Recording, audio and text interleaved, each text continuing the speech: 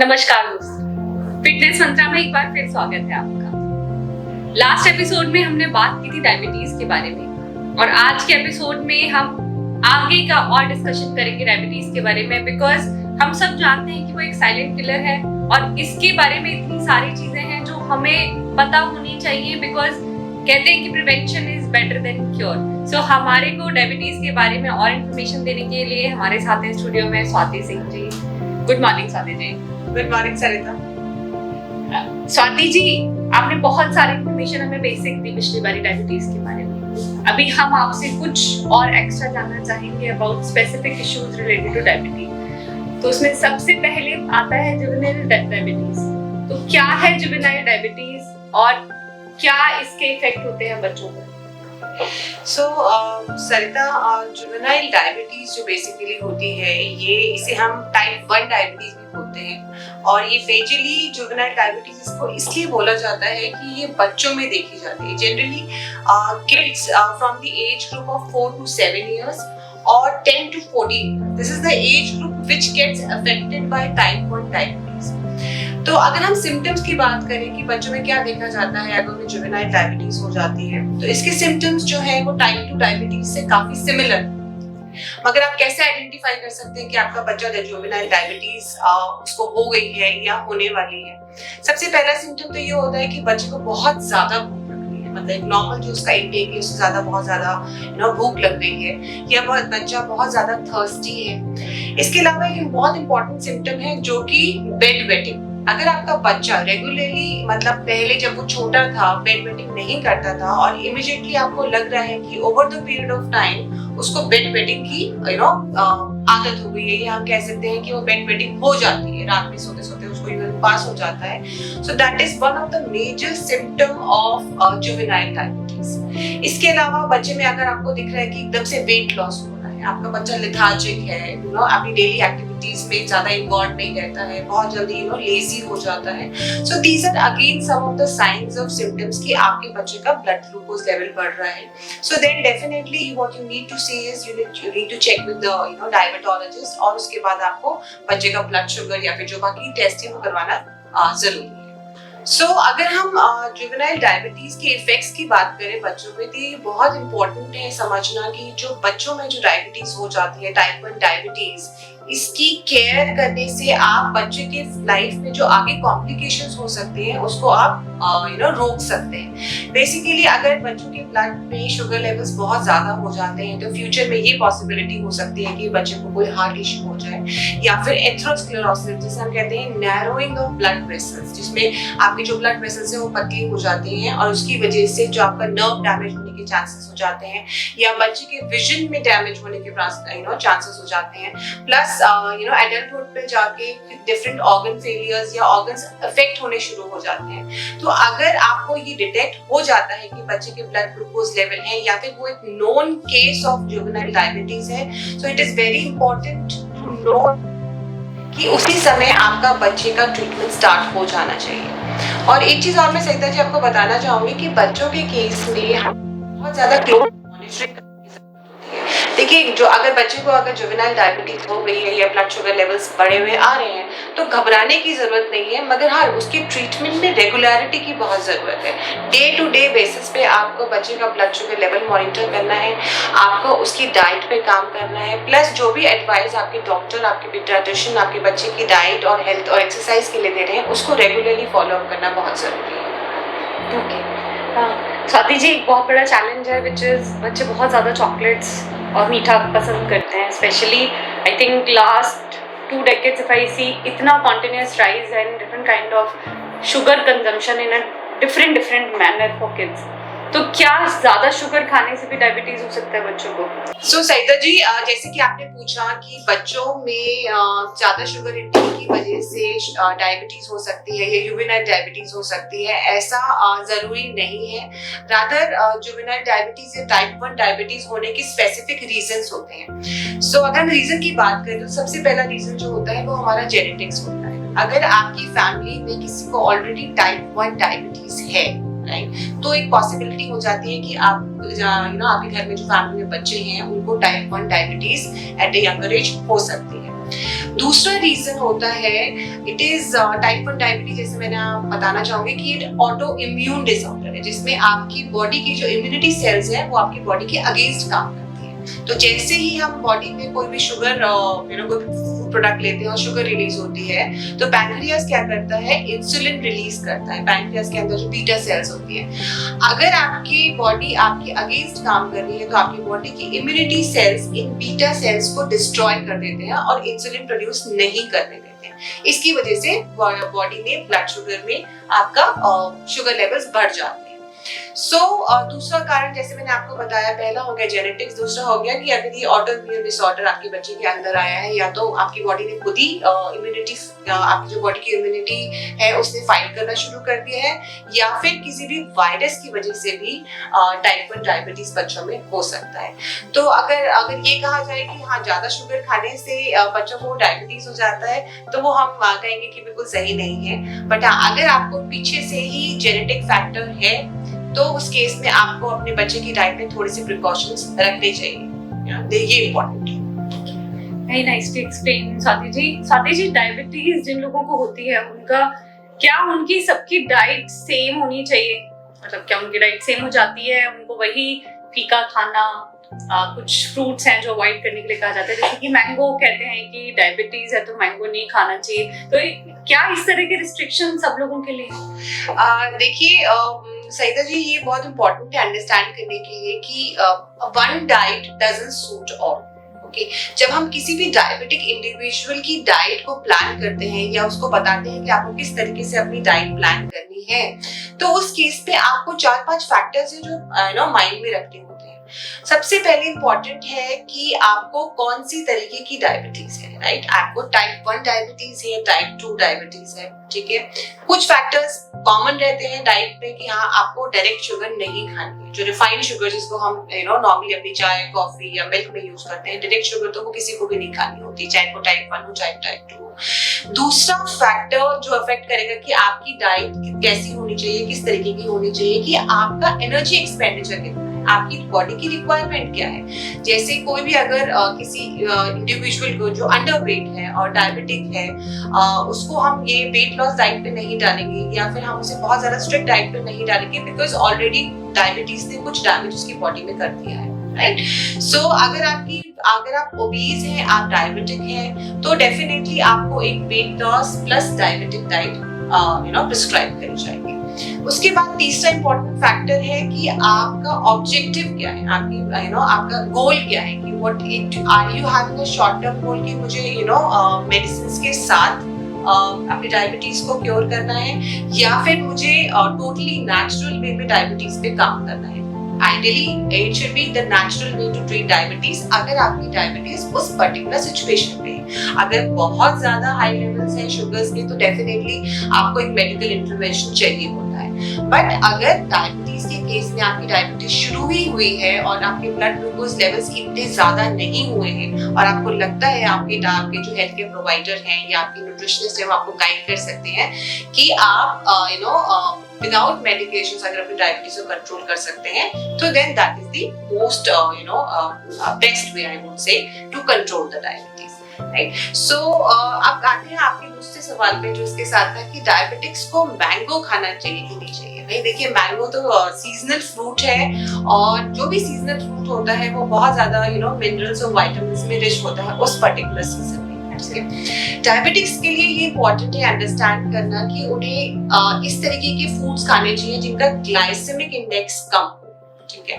अब glycaemic index एक index होता है जो डिसाइड करता है कि कौन सा फूड खाने के बाद हमारी बॉडी में जो ब्लड में शुगर लेवल्स है वो किस रेट पे बढ़ेगा। अगर किसी भी चीज का ग्लाइसेमिक इंडेक्स बहुत ज्यादा हाई है तो आपको, अगर जैसी वो आप चीज खाते हैं तो आपके ब्लड शुगर लेवल्स एकदम से बढ़ जाएगा।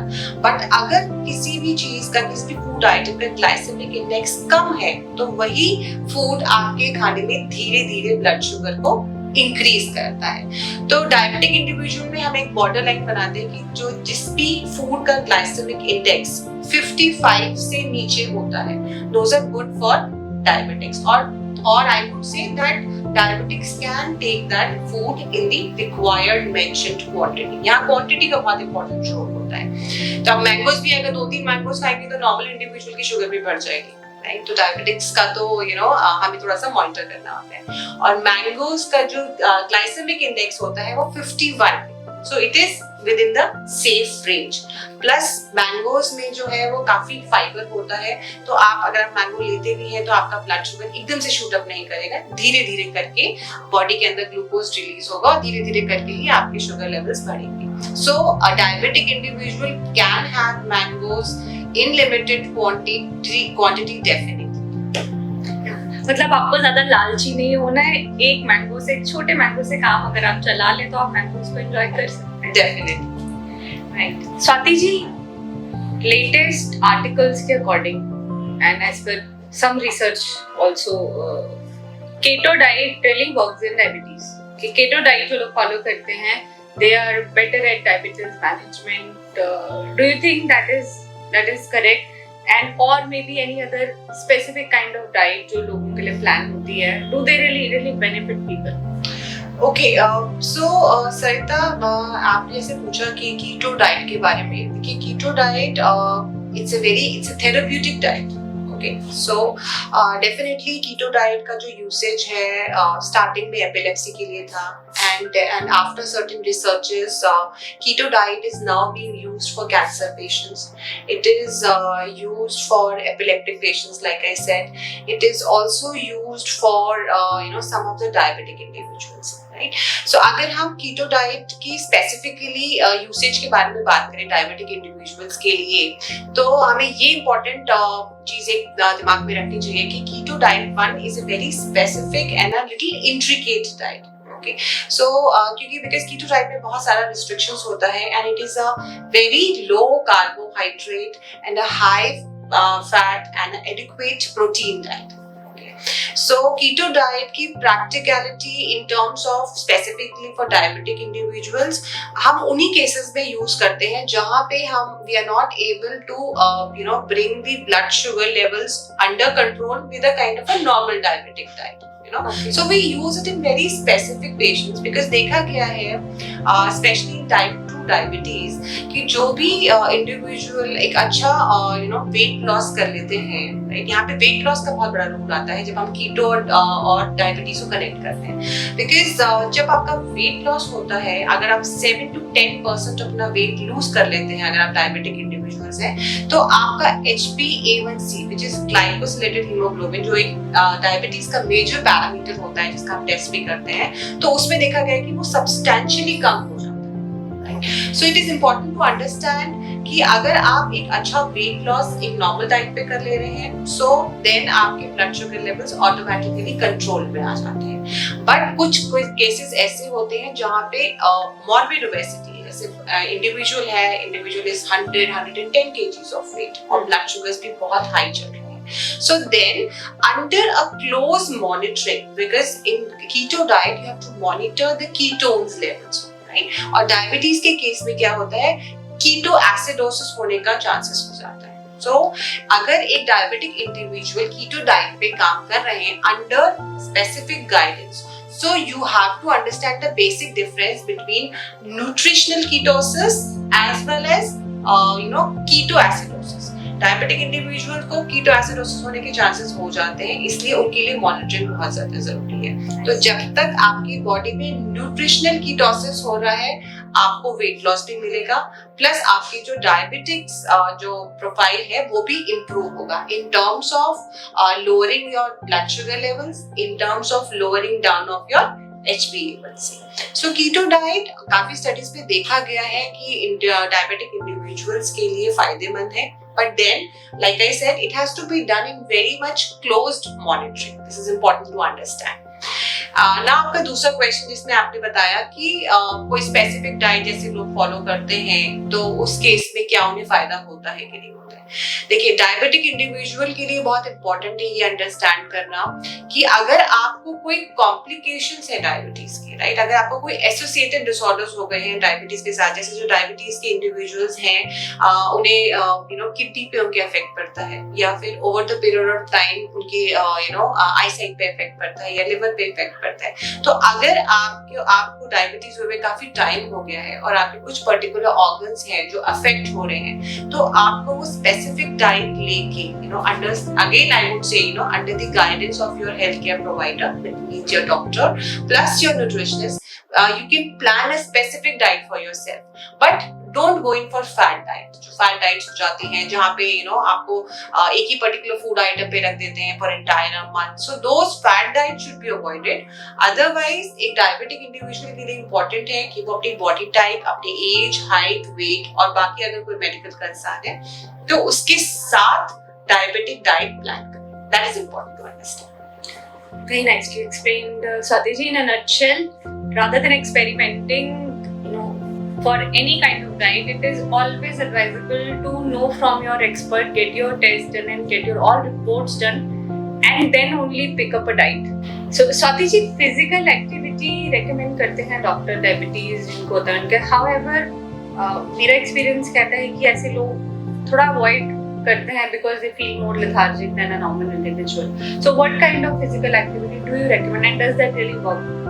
Okay, so Sarita, there have been actually cases and studies also because that exercise helps in improving your diabetes. Okay, it's very important to understand because exercise it improves your insulin sensitivity. जब भी आपको exercise करते हैं, चाहे वो cycling हो, चाहे वो swimming हो, walk हो, right? Or if you're hitting the gym and doing weight training, so then what is happening is आप अपने body के insulin को sensitize कर रहे हैं. अगर आप specifically अगर आपको type 2 diabetes है जहाँ पे insulin body के अंदर है मगर उसकी sensitivity कम हो गई है, मगर body use नहीं कर पा रही है, so उस case में exercise can really play a major role.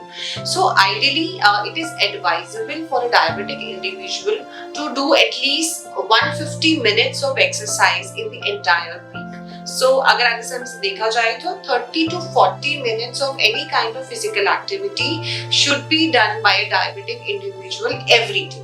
So you can skip one day, Sunday हो गया, everybody wants to relax, so you can skip 1 or 2 days. But in total 150 minutes of exercise बहुत करना जरूरी है because it's been found that people who exercise for this much amount of time, considerably lower their blood sugar level. उनके blood sugar levels में काफी improvement देखा गया है just because वो insulin sensitivity improve हो जाती है. So exercise definitely plays a major role. When we talk about exercise or activity, so one can go in for swimming, one can do cycling, you can go in for a brisk walk, that's again a form of exercise. You can play your favorite sport, it could be football, it could be basketball, so these are some of the activities in which a person should be engaged, if you are working for exercise as a part of your diabetes management. नहीं, स्वाति जी, बहुत सारे factors आपने बताए और बहुत important information and knowledge आपने हमारे audience को दी. एक क्वेश्चन मैं जरूर जानना चाहूंगी कि अगर इसे इग्नोर करते रहते हैं, if you keep on ignoring diabetes, तो उस केस में क्या होता है? What are other complications that a person may have अगर लोग डायबिटीज को इग्नोर करते हैं लंबे टाइम के लिए? So सरिता जी, ये बहुत इम्पोर्टेंट पॉइंट है जो आपने लिया है कि अगर डायबिटीज मैनेज नहीं होगी तो क्या हो सकता है. I would like to share here that diabetes जो एक major cause है डायबिटीज जो आपको क्या क्या नुकसान पहुंचा सकता है. It can lead to any of the cardiovascular disorders. आपको angina pain हो सकता है, आपके जो lipid profile है वो deranged हो जाता है. It can affect your kidneys over the period of time because what diabetes does is अगर आपकी blood sugar levels maintained नहीं है तो आपकी जो blood vessels है वो narrow हो जाती है और उस narrowing की वजह से आपकी जो kidney है वो अपना proper काम नहीं कर पाती है because kidney के अंदर जो different capillaries हैं, arteries हैं वो damage हो जाती है. So over the period of time अगर sugar levels managed नहीं होते हैं तो आपको kidney disorder हो सकता है या फिर आपके kidney failure भी हो सकता है. डायबिटीज में बहुत ज्यादा देखा गया है जिनकी अनकंट्रोल्ड डायबिटीज हो जाती है over the long period of time. इसके अलावा diabetes can actually affect your nerves, जिसको हम डायबिटिक न्यूरोपैथी कहते हैं. जैसे आपको टिंगलिंग सेंसेशन होने लगेगी आपके फिंगर्स में, स्पेशली लेग्स में. और ये तक देखा गया है कि अगर डायबिटीज कंट्रोल नहीं होती है और बहुत ज्यादा हाई रहती है तो आपको लेग्स में एम्पुटेशन भी हो सकता है. मतलब अगर बहुत ज्यादा गैंग्रीन हो जाता है बिकॉज ब्लड सप्लाई कम हो जाती है, तो उस केस में एम्पुटेशन तक की सिचुएशन आ जाती है। इसके अलावा डायबिटीज का एक बहुत इम्पैक्ट होता है आपकी आईज पे। ये अगेन रिलेटेड होता है ब्लड वेसल्स से, बिकॉज ब्लड वेसल्स के अंदर प्रॉपर ब्लड फ्लो नहीं कर रहा है, जिसकी वजह से आपकी ऑप्टिक नर्व्स जो आंखों की नसें हैं उनको प्रॉपर ब्लड सप्लाई नहीं है। So it can lead to damage to your eyes, there could be blurry vision, या आपको आई साइट के इश्यूज हो सकते हैं, ग्लूकोमा हो सकता है, which is again a complication of diabetes. इसके अलावा जो है आपकी ओवरऑल मसल वेस्टिंग हो जाती है, आपके जो मसल्स हैं वो सब आई वुड से डाइल्यूट हो जाती है over the period of time if you have diabetes.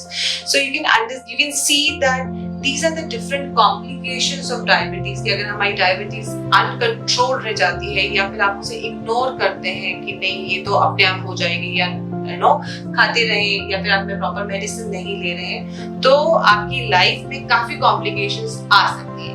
But on the other hand अगर आप एक अच्छा लाइफस्टाइल फॉलो करते हैं, अपनी डाइट को प्रॉपर्ली रेगुलेट करते हैं और प्रॉपर मेडिकेशंस इफ रिक्वायर्ड ले रहे हैं, या अगर आपको टाइप 1 डायबिटीज आप इंसुलिन ले रहे हैं, तो यही जो आपकी जो लाइफ है बहुत स्मूथ हो जाती है। ऐसा नहीं है कि डायबिटिक इंडिविजुअल को हमेशा कॉम्प्लिकेशंस ही होती है, तो ये इंपॉर्टेंट है understand. My God, I think there are so many problems कि अगर इसको कंट्रोल ना किया जाए तो हो सकती है। लेकिन जैसा आपने बताया कि अगर आप टाइम से अपनी डाइट लेते हैं, अगर आप एक्सपर्ट्स को कंसल्ट करते हैं और उनकी एडवाइस को फॉलो करते हैं, लापरवाही नहीं दिखाते हैं, तो आप इसे कंट्रोल कर सकते हैं, इसे मैनेज कर सकते हैं और एक अच्छा खासा लाइफस्टाइल एंजॉय कर सकते हैं। तो सावधानी में ही समझदारी है। ये जो शब्द छोटा सा सुनाई देता है डायबिटीज, कहने को कंट्रोल कर सकते हैं और चाहे तो अपने आप को बीमारियों का घर बना सकते हैं। चॉइस आपकी है, हमारा काम है आपको सचेत करना, आपको इन्फॉर्मेशन देना कैसे आप बेहतर जीवन जी सकते हैं, लेकिन काम आप ही को करना है। सो हमें देखने के लिए बहुत बहुत धन्यवाद, हमें प्यार देने के लिए बहुत बहुत धन्यवाद। नेक्स्ट टाइम फिर मिलेंगे एक और एपिसोड के साथ, एक और नए टॉपिक के साथ। सो स्वस्थ रहें और अपने अपने कामों में मस्त रहें। Goodbye and see you.